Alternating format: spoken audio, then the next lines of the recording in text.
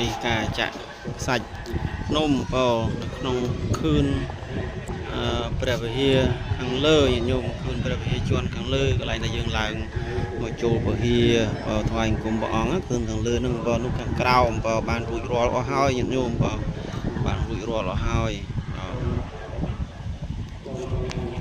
ឡើងមេចង់ភ្លៀងបានភ្លៀងមកបង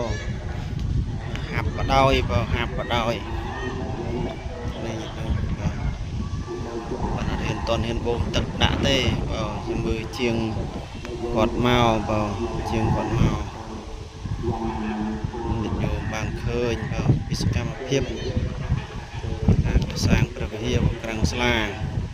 នៅក្នុងឃុំរងដំរីស្រុកក្នុងខេត្តព្រៃវែងបងថ្ងៃមានការខ្វះខាតញាតិញោមបងមានការខ្វះខាតញោមមានសទ្ធាជ្រះថ្លា